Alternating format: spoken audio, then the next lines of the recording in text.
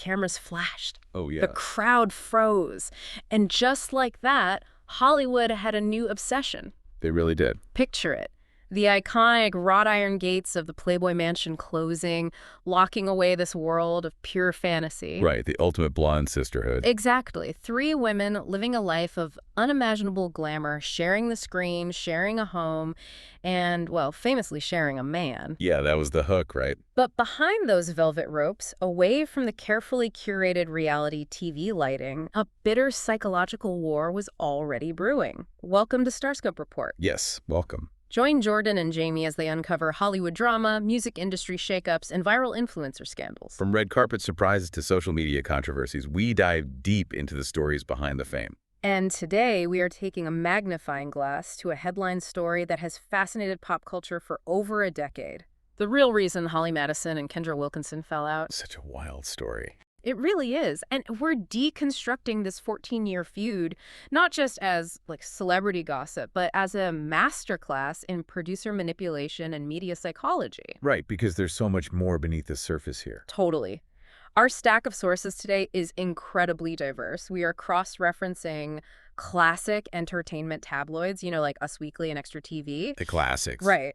But we're pairing that with a literal PhD dissertation from the University of Arizona that focuses on the psychology of reality television. Which is, honestly, the perfect lens for this. I thought too. Because what we saw on screen during the early 2000s was, well, it was a perfectly packaged narrative of friendship and fun. Yeah, the fun party girls. Exactly. But if we look strictly at the memoirs and the academic research, what was actually happening was the construction of a psychological pressure cooker. Oh, wow. Yeah, it was literally designed to pit women against each other for our entertainment. To understand how that pressure cooker was built, we really have to rewind to the era of the girls next door.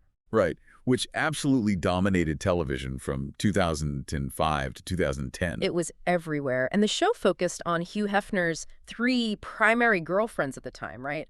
Holly Madison, Bridget Marquardt, and Kendra Wilkinson. Yes. But the power dynamics between these women were incredibly skewed from the very first day of filming. Oh, 100%. Holly Madison was widely viewed and, portrayed on camera as the disciplined #1 girlfriend. She really was. She was essentially the first lady of the Playboy Mansion, managing the schedules and all the rules. Right. And then you have Kendra Wilkinson, who arrived at the mansion when she was just 18 years old. Just a teenager. And what's truly fascinating when you analyze their respective accounts of this era is how their memories of the exact same timeline clash completely. Oh, they don't line up at all. Not even a little. When you look at the narratives presented by Holly and Bridget, they claim that before Kendra arrived, they were subjected to terrible bullying from previous residents. Right, the older girlfriends. It's exactly. And according to Holly's recent podcast appearances, they actively tried to be welcoming to Kendra. They wanted to protect her. Yeah, they wanted to be this breath of fresh air so she wouldn't experience the hazing that they went through. But hold on, if Holly was the first lady and had all that structural power within the house, wasn't she kind of complicit in creating the exact hierarchy she claims she was trying to protect Kendra from? That is the million-dollar question. Right, because if you read Kendra's 2010 memoir, Sliding Into Home, her lived experience was completely different. Like night and day. Yeah.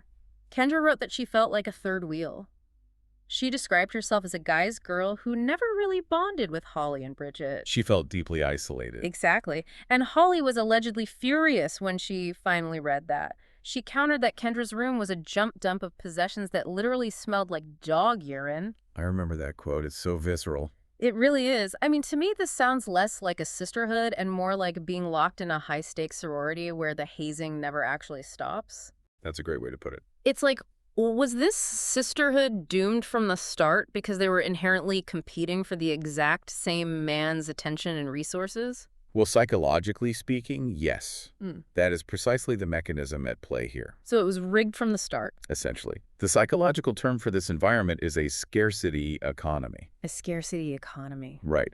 The resources in this case, Hefner's affection, the television screen time, the housing, the financial allowance, they were all strictly finite. And controlled by one person. Completely controlled by one individual. So when your basic physical and social needs are meted out based on compliance and favor, Genuine friendship is almost structurally impossible. Because you're just trying to survive. Exactly. The environment was designed around competition. They were quite literally ranked #1 girlfriend, #2, and so on. Oh, wow. You just cannot have a healthy sisterhood when you were perpetually auditioning for your own livelihood. But the tension inside the mansion was really nothing compared to what happened when the cameras followed them out into the real world. Oh, it got so much worse. Because that scarcity of oxygen didn't suddenly replenish when the women left the mansion, it just changed hands. It definitely did. It went from Hugh Hefner to a television producer. Yes. When The Girls Next Door ended, both Holly and Kendra got their own respective reality shows. Holly's World and Kendra. Right, and this is where the stunt material introduces a highly influential figure behind the scenes, television producer Kevin Burns. If we look at the architecture of reality television, producers are the invisible hands moving the chess pieces. Always. And according to Holly's claims, Kevin Burns was an executive producer on The Girls Next Door. And then he went on to produce both of their spin-offs simultaneously. Which is a huge conflict of interest. Absolutely. Holly explicitly alleges that Burns actively pitted the women against each other. To manufacture drama. Exactly. Her claim is that he would purposefully try to manufacture jealousy to boost ratings. Like he would allegedly come over to Holly and brag about Kendra's achievement. Just to get a reaction. Right, to get a visceral reaction out of her on camera. And then he'd turn around and do the exact same thing to Kendra regarding Holly. It's the classic divide and conquer strategy. It really is. And it is foundational to how reality TV ecosystems operate. In these environments, off-screen drama is deliberately manufactured to fuel on-screen relevance. Because happiness doesn't sell. Exactly. If the stars are genuinely happy, secure, and getting along, there is no conflict. Right. No conflict means no narrative arc. And no narrative arc means bad ratings. They need the fight. They do. If we look at the claims in Holly's accounts, Burns allegedly weaponized their existing mansion-era insecurities to generate a constant stream of tabloid headlines. But wait, they aren't completely devoid of agency, right? True. I mean, even if a producer is whispering their ear, they are the ones ultimately talking to the press. Very true. And Kendra allegedly got incredibly caught up in this tabloid cycle. She definitely played the game. Yeah, according to Holly, if Kendra needed a headline to promote her show that week, she would purposely leak or hint to the tabloids that she and Holly were never actually friends. Which highlights the transactional nature of their media survival. It really does. The tabloids fed the show fed the tabloids, and the producer allegedly stood in the middle, monetizing the friction. Wow.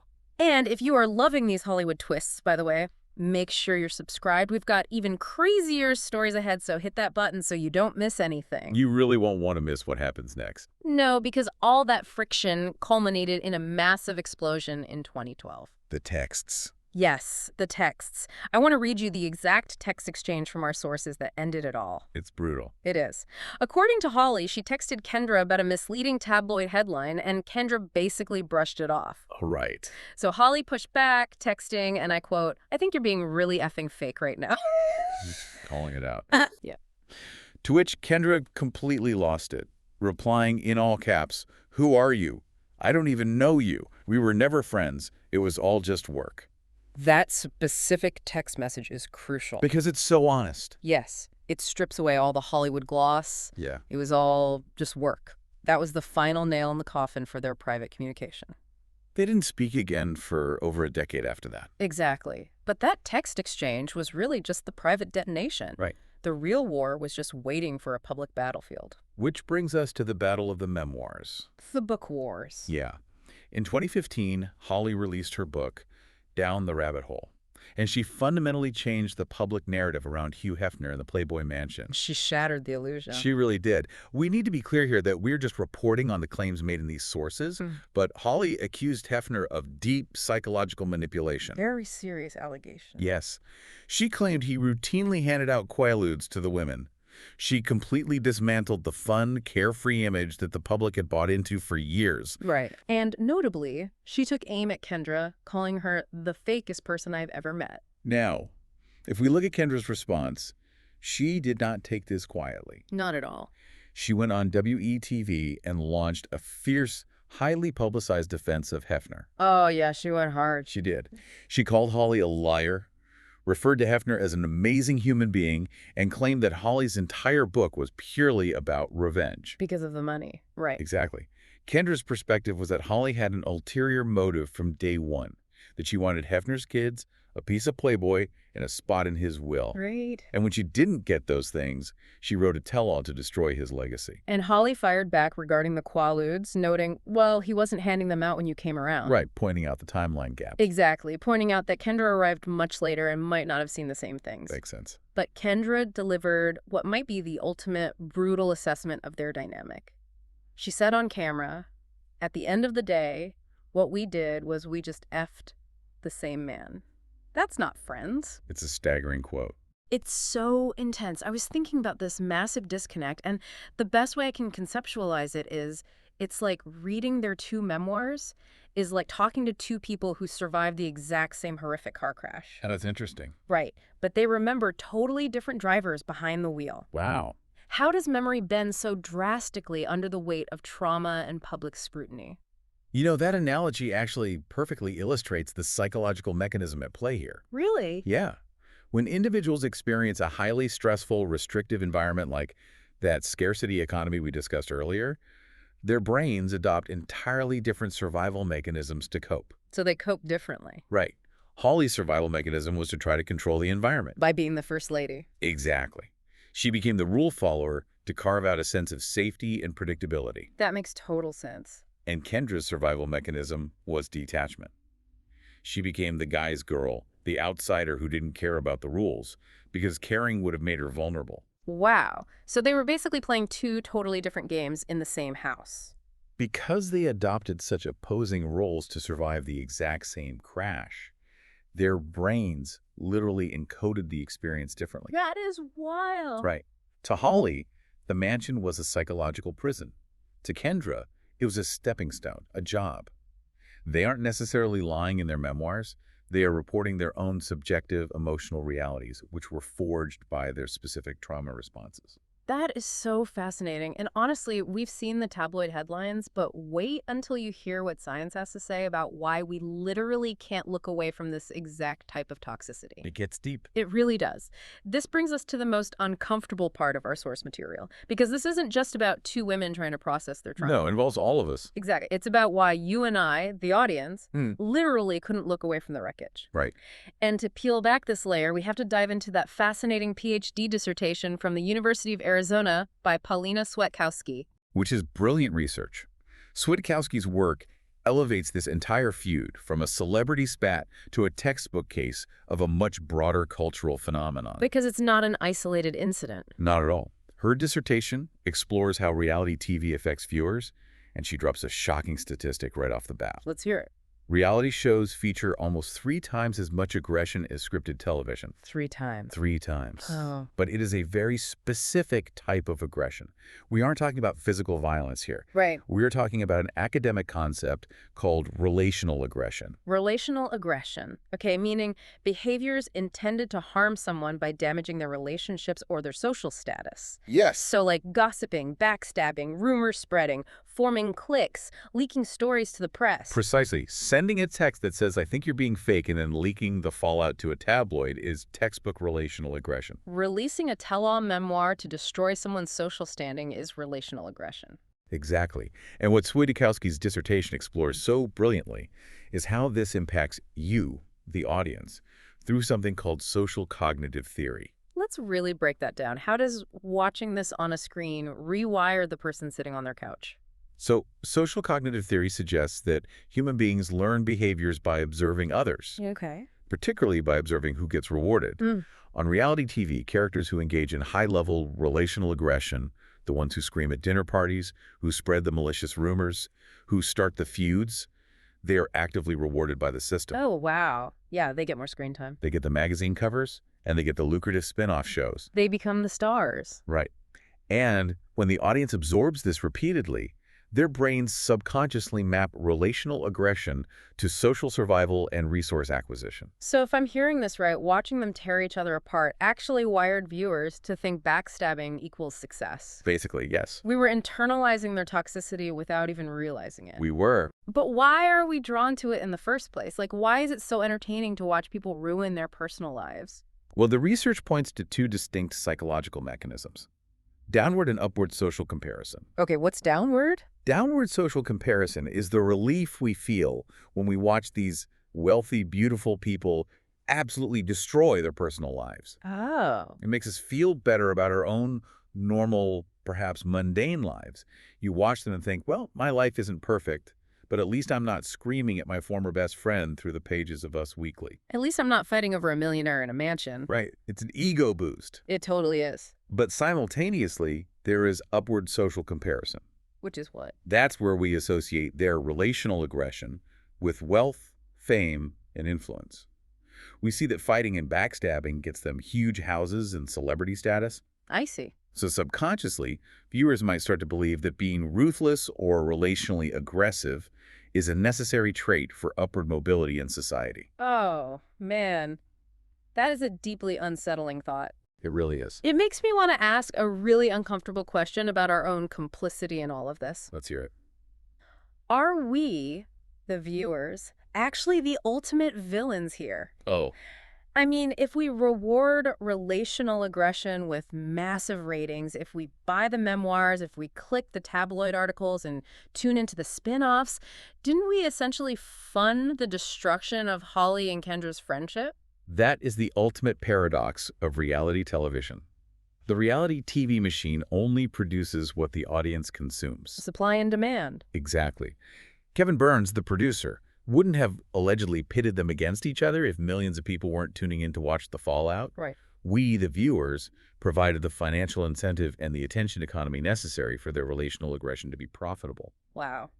By the way, if you love peeling back the layers of pop culture like this, stay tuned and hit that subscribe button so you don't miss what's coming next on our future deep dive. There's always more beneath the surface. Always. And to see how deep that toxicity runs, you really have to look at what happens when they finally step away from the cameras and the audience actually stops watching. The present-day aftermath. Yes. Let's bring the timeline up to today. Recently, Holly has been doing the podcast circuit, appearing on shows like Call Her Daddy and Hot Goss. Right. And she has notably softened her stance. Like, she recently admitted that she is not opposed to speaking with Kendra again. And crucially, Holly now publicly recognizes the systemic manipulation. She sees the strings. She does. She has stated that she looks back and sees a lot of fault with the executive producers. She realizes that Kendra was, in many ways, just trying to keep her job. Yeah, trying to stay relevant in that brutal tabloid cycle they were both trapped in. Exactly. Like, Holly is finally waving a white flag, acknowledging that they were really both pawns on the exact same chessboard. But Kendra's response to this olive branch is equally fascinating. Oh, totally. When the drama resurfaced on Instagram recently, Kendra responded simply, "Dude, it is 2021. Just completely brushed it off. Yeah. Because Kendra has made a massive life pivot. She really has. She Yeah. is no longer in the reality TV game. No. Today, she is a real estate agent.